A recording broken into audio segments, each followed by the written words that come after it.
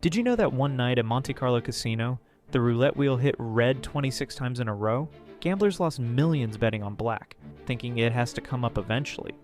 This is the gambler's fallacy, believing past random events change future odds. But here's the thing, that roulette ball has no memory.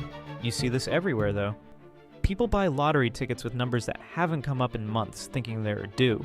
Sports bettors assume teams on losing streaks are more likely to win next.